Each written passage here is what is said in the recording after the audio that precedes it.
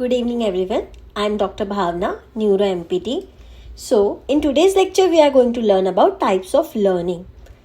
So, the objectives of today's lecture are what is learning, what is motor learning, what is performance and learning, and there are forms of learning. Let's learn in detail what is learning. So, learning is basically an process of acquiring a new understanding, knowledge, skills, value, attitude, behavior and preferences. So learning is basically to acquire any new skills and to execute that skill in your daily life.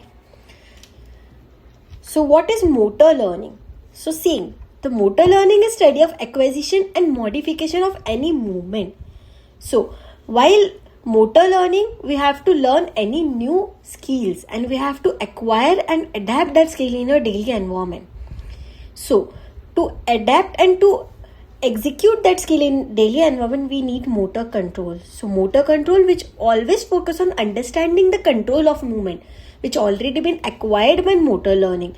So it's focus on understanding that movement, the understanding of the motor learned movement, and to modify that movement according to your requirement.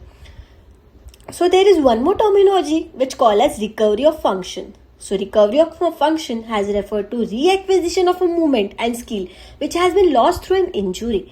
So for our patients, we actually require recovery of function movement.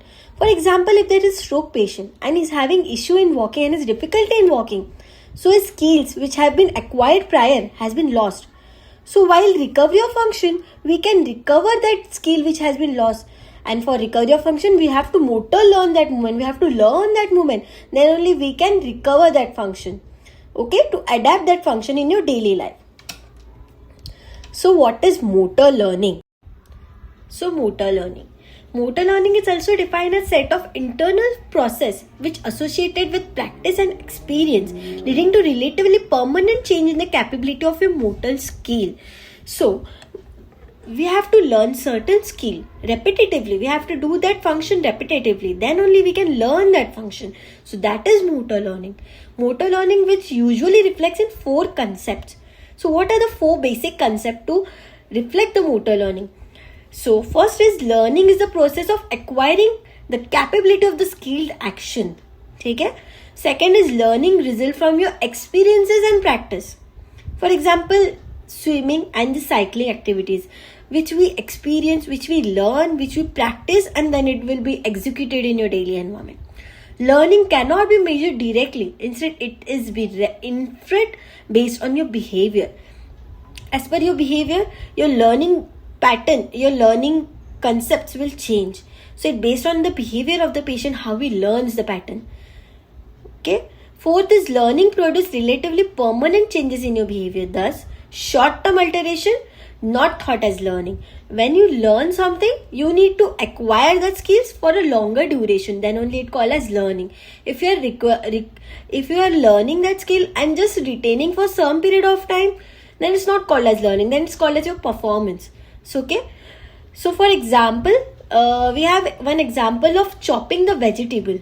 So in the picture we can see person is holding the knife and he is chopping the vegetables. So in the start, he usually chop the vegetable roughly. But after the practice, he know how to chop the vegetable. And the speed of performing that activity will also increase as he learn the process. So it's called as motor learning. So motor learning involve more than one motor processes. So it also involve learning new strategies for sensing as well as for moving in your daily activities. For example, sit to stand is a complex activity. You have to learn so many steps to gain that learning process and to gain that skills. So thus motor learning, like motor control, emerges from the complex of your perception, cognition and your action process. Okay, now we are going to discuss about performance and learning. As we have previously discussed that performance is referred to temporary fluctuation in your knowledge or behavior that can be measured or observed during short instructions. So as you all know, if you are doing something for the very first time after you learn or if you understand some process, it's not called as your learning, it's called as your performance. When you repeatedly do that movement, then it's called your learning. So same, learning refers to relatively permanent change in knowledge or behavior. It is, or at least should be, the goal of education. Okay, performance, which is a complex term, whether it is observed during practice session or retention and transfer of task, is the result of a complex interaction among many variables, only one of which is level of learning.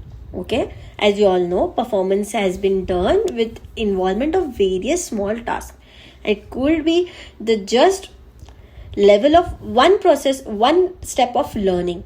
So many variables can affect performance, which includes fatigue, anxiety, and motivation. Thus, performance is not solely a measure of absolute learning. This is because changes in performance can reflect not only changes in learning but also changes in other variables. Okay, when you